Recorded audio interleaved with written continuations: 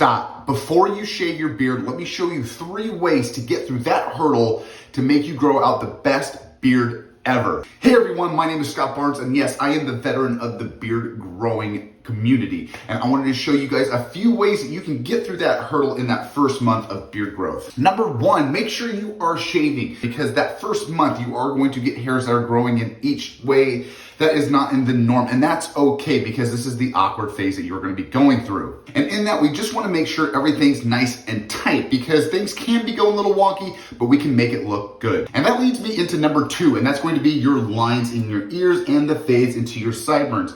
Now, if you can, go ahead and get out your clippers, pull off the guard, and you're going to be riding that earlobe down.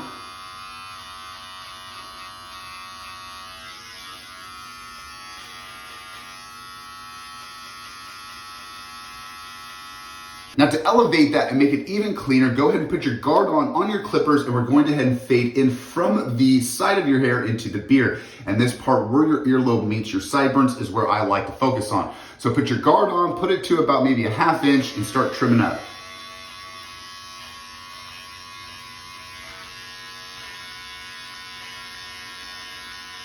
And with those 2 things, you're already ahead of the game, and it's going to help alleviate a lot of that look. And of course, the biggest one of all, number 3, is going to be that beard itch, which we're going to address that with beard oil. And yes, you can start using beard products right now. So for me, I'm gonna use Artius's Bay Rum. If you like any of these products that you see in these videos, go ahead and check out the link below. I got a bunch of those stuff down there with a link to help you out with the discount. And we're just gonna use 1 or 2 drops. You can start with your cheek all the way to the side, make a line.